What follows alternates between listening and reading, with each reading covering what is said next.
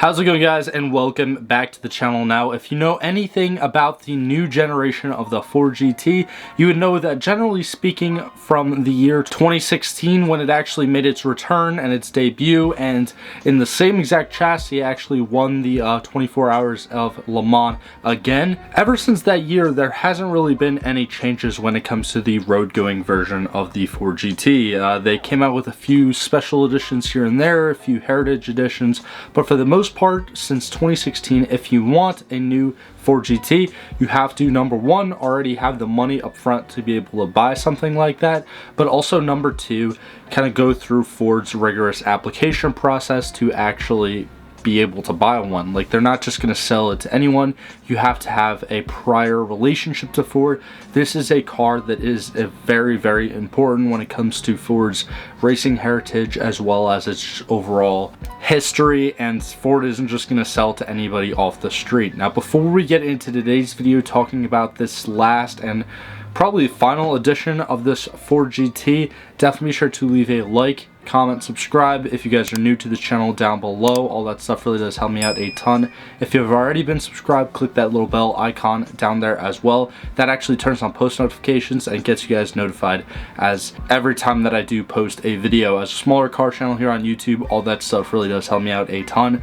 But anyways, without wasting any more time, we're going to be looking at a car and driver article today, and essentially just going to be looking at this 2023 Ford GT Mark IV, they're calling it. Now, this is a direct homage to the original Ford GT that won Le Mans in, I think, '67, and we're going to be looking at how this Ford GT stacks up against, I don't know, like a regular new Ford GT, and what is different about it and why this special edition is so special. So here, right off the bat, looking at the title of this article, if you know anything about the Ford GT, you know something is different right away, because this new Ford GT Mark IV has 800 horsepower, which I believe is around 300 something horsepower higher than like a regular Ford GT. I think that the regular ones come with around 500 and change, or like right at 600 horsepower. So you're expecting actually more along the lines of like a 200 horsepower increase, but still definitely a significant bump in power.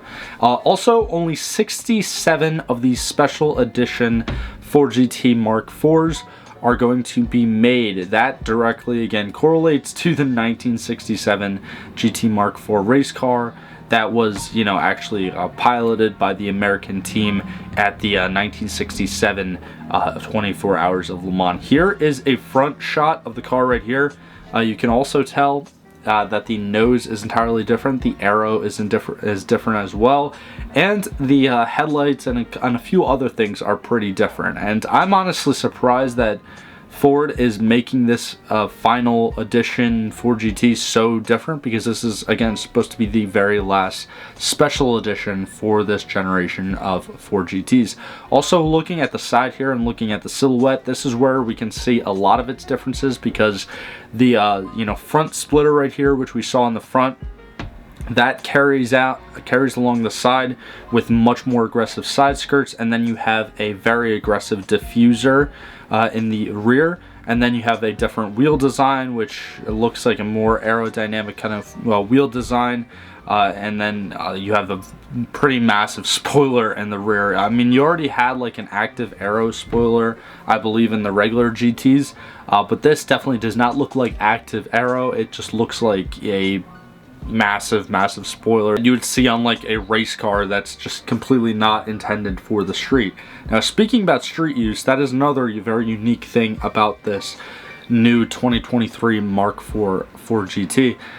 Apparently, it's not going to be street legal. It's going to be for track use only, and it's going to come in at a whopping $1.7 million US.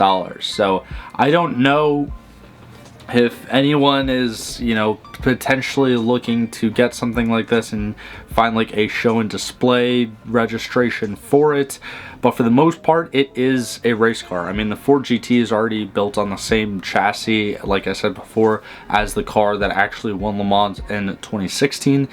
But this is just taking it to a whole different level, again, with the increased power, with the crazy time attack wing, the entire body kit being changed out.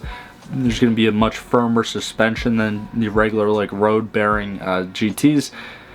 Yeah, like this is essentially a full-blown but kind of stripped down hypercar for the track use only.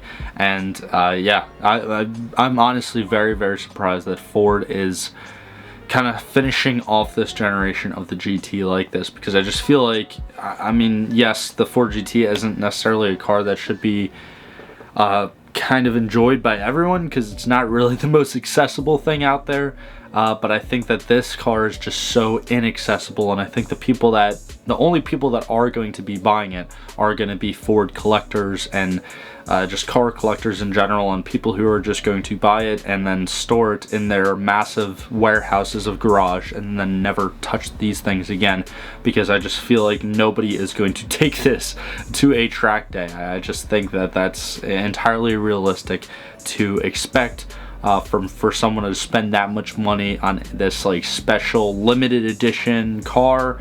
Again, they're only making 67 units of them, and then decide to bring it out to a track day and risk potentially totaling it when driving it next to just your everyday Joe Schmoes. But that's my thoughts and opinions. Let me know down in the comments below. Also in the description, I will leave this article linked, so if you guys want to go have a read for yourself. I know I didn't really go over it too in depth in this video, but I do at least want to give Car and Driver the credit that they deserve. But while you guys are down there, again, definitely be sure to leave a like, subscribe if you guys are new, and click that bell icon down below. All that stuff really does help me out a ton, and I truly do appreciate your support. If you stuck to the end of today's video, I hope you all have a great rest of your day, and like always, I will see you guys in the next one.